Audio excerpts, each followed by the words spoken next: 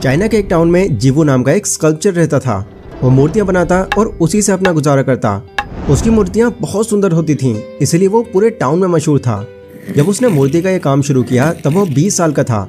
उस टाइम वो बहुत खुशी से मूर्तियां बनाया करता था, क्योंकि बाकी जवान लोगों की तरह उसके भी अपनी जिंदगी को लेकर कई सपने थे। वो भी अपनी लाइफ में कुछ करना चाहता था। लेकिन अब जब वो अपने करियर में बहुत आगे आ गया था तो अचानक ही उसकी ये मोटिवेशन जैसे खत्म सी हो गई। वो हमेशा अपने ख्यालों में खोया रहने लगा और बस यही सोचने लगा कि यार ये सारा काम मुझे यहाँ पर खुद ही करना पड़ता है। दूसरे को रख भी ले रहा हूँ तो वो मेरी तरह मूर्ति नहीं बना पा रहा। अगर ऐसे ही सिर्फ मैं खुद ही काम करता रहा तो मैं ज्यादा पैसे कैसे कमा पाऊंगा। एक दिन उसकी दुकान पर एक बुजुर्ग आदमी आता है और उसको ऑर्डर देते हुए कहता है कि देखो तुमको एक मूर्ति बनानी है, पर ध्यान रहे कि उसकी सुंदरता बिल्कुल अलग ही निखर कर आए। जीवू उस आदमी की बात सुनकर मूर्ति बनाना शुरू कर देता है, लेकिन स्टिल वो मूर्ति वैसी बन ही नहीं पाती जैसी उस आदमी को चाहिए थी। वो औजार फेंकता है और रोने लगता है। वो बुजुर्ग आदमी उसको रोते हुए देख लेता है और उसके पास जाकर पूछता है, अरे क्या बात है, इतना परेशान क्यों हो? तब जीवू उनसे कहता है कि मैं इतने सालों से मूर्तियां बना रहा हूँ और पैसे भी कमा रहा हूँ, लेकिन फिर भी मैं अब तक कुछ बहुत बड़ी तरक्की हासिल नहीं कर पाया और अब तो मुझे ऐसा लगने लगा है कि मानो मैं एक नाकामयाबी वाली जिंदगी जी रहा हूँ। बात सुनकर बुजुर्ग आदमी कहता है, देखो ये दिक्कत सिर्फ तुम्हारी नहीं है।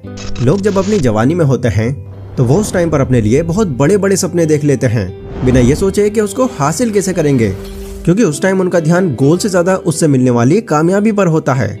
और यही वजह है कि जवान लोग अपनी कामयाबी को लेकर इतने बेचैन रहते हैं, पर इस चक्कर में वो हर उन छोटी छोटी तरक्कियों को नजरअंदाज कर देते हैं जो उनको एक्चुअल में उस कामयाबी की तरफ लेकर जाती है। अब हो सकता है कि तुमने भी ऐसा किया हो। तुमने अपने गोल को खुद के लिए इतना बड़ा बना लिया हो कि उसके सामने तुमको अपनी छोटी छोटी खुशियां भी दिखाई ही ना दे रही हो। उस आदमी की बात सुनकर जीवू सोच में पड़ जाता है और पूछता है, किस तरह की छोटी खुशियां? मुझे तो कुछ नहीं पता। अब वो आदमी यहाँ पर एक एक करके टोटल 5 माइलस्टोन्स बताता है। वो माइलस्टोन्स जिनको वो अचीव तो कर लेते हैं, लेकिन उस अचीवमेंट पर वो वैसे खुश नहीं रहते जितना उनको होना चाहिए। तो अगर आप भी खुद को अपनी लाइफ में एक ही जगह पर फंसा हुआ फील कर रहे हैं और आपको भी लग रहा है कि यार अब तक मैं अपनी जिंदगी में कुछ खास नहीं कर पाया, तो आपको भी थोड़ा पॉज लेकर इस बारे में सोचने की जरूरत है। और अगर आप अपने 7 से 8 मिनट से इस वीडियो को दे देते हैं तो एंड होने तक आपको ये समझ आ जाएगा कि आपने अपनी लाइफ में अभी तक क्या क्या अचीव किया है, और अगर नहीं किया है तो कौन कौन सी ऐसी चीजें हैं जो आपको पहले अचीव करनी है। ये वीडियो बेसिकली एक स्टोरी फॉर्म में होगी जिसमें आपको हर एक पॉइंट में भरपूर नॉलेज मिलने वाली है, इसलिए पूरे फोकस के साथ इस वीडियो को एंड तक जरूर देखना। So let's begin. तो सबसे पहली चीज जो उस बूढ़े आदमी ने बताई वो थी earning more than you spend. वो सबसे पहले जीवू से पूछते हैं कि अच्छा तुम ये बताओ कि तुम अभी कितने कमाते हो। जीवू कहता है कि मैं महीने के 1000 युवान कमाता हूँ। उसके बाद वो फिर उससे पूछते हैं कि तुम्हारे महीने के खर्चे कितने हैं। जीवू कहता है कि अगर मैं सच बताऊं तो मेरा गुजारा 400 युवान में हो जाता है। मेरा अपना खुद का घर है तो मुझे किराया नहीं देना पड़ता।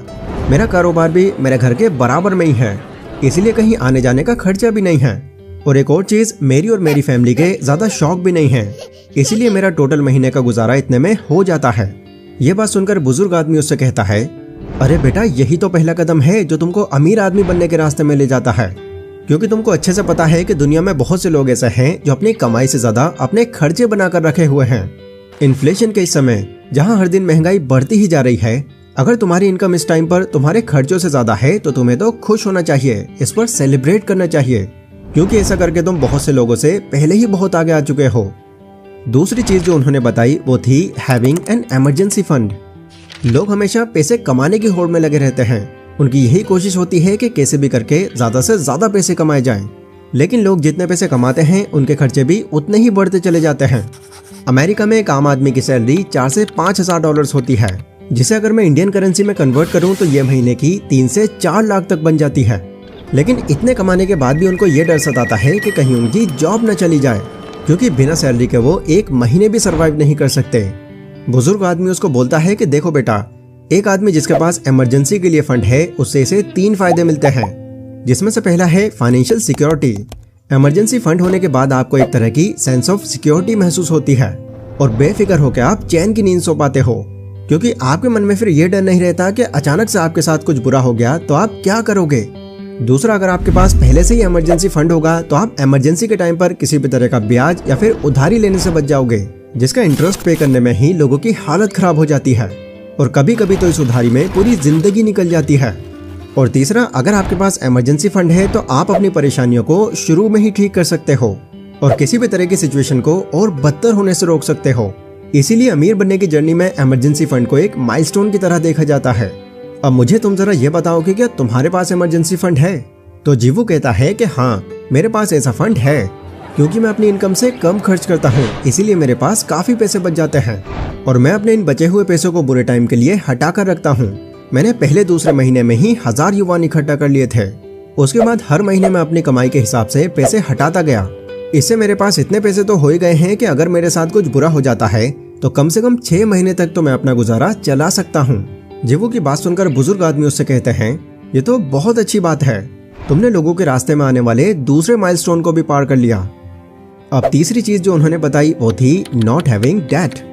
वो उसको बोलते हैं कि देखो, तुमने अपनी जरूरत को समझते हुए अपने पैसों का इस्तेमाल किया, इसीलिए तुम इमरजेंसी फंड बना पाए।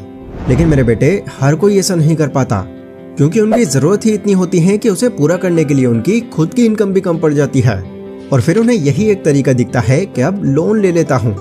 अगर तुम अपने आसपास भी देखो तो तुम्हें हर दूसरा इंसान कर्ज में ही डूबा हुआ मिलेगा।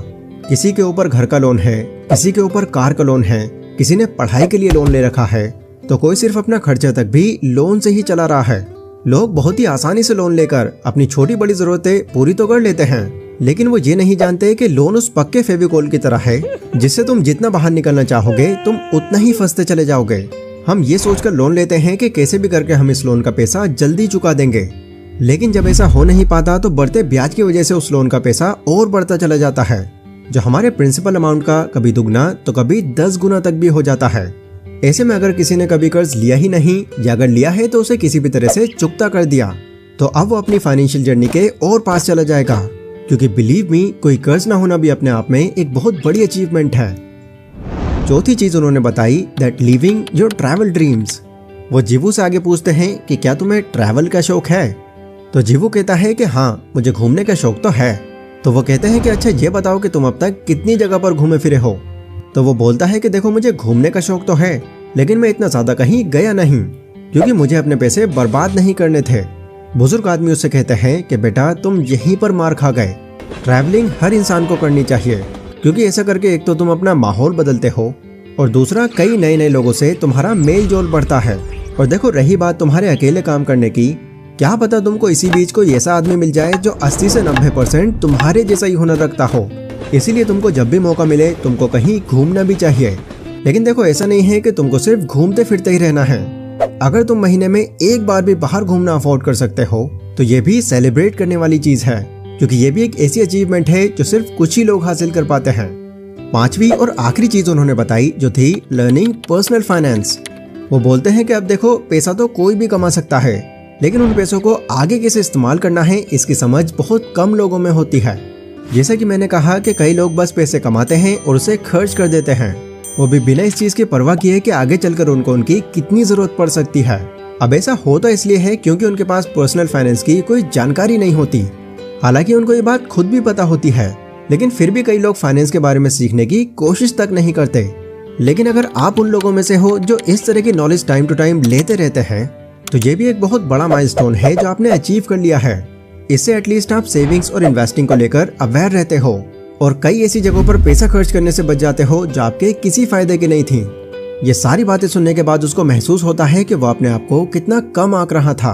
वो ऐसी चीजों को लेकर परेशान हो रहा था जो उसके पास ऑलरेडी मौजूद है। अगर वो इन छोटी छोटी अचीवमेंट्स को लेकर उन्हें अप्रिशिएट करता तो अब तक वो अपने असल गोल को भी पूरा कर चुका होता। तो दोस्तों, आई बिलीव कि इस वीडियो को देखने के बाद आप क्लियरली ये महसूस कर पा रहे होंगे कि अभी आप अपनी लाइफ में कहां पर स्टैंड करते हो और आपका भी जो एक्चुअल गोल है वो आपसे कितना दूर है। ये वीडियो अगर आपको पसंद आई हो तो इसको लाइक जरूर करें। एंड एक प्रॉपर गोल सेटिंग कैसे होती है अगर आपको ये जानना है तो ये वीडियो आपके लिए मोस्ट रिकमेंडेड है। तो मिलते हैं अपनी उसी वीडियो में, तब तक के लिए stay safe, stay healthy, take care.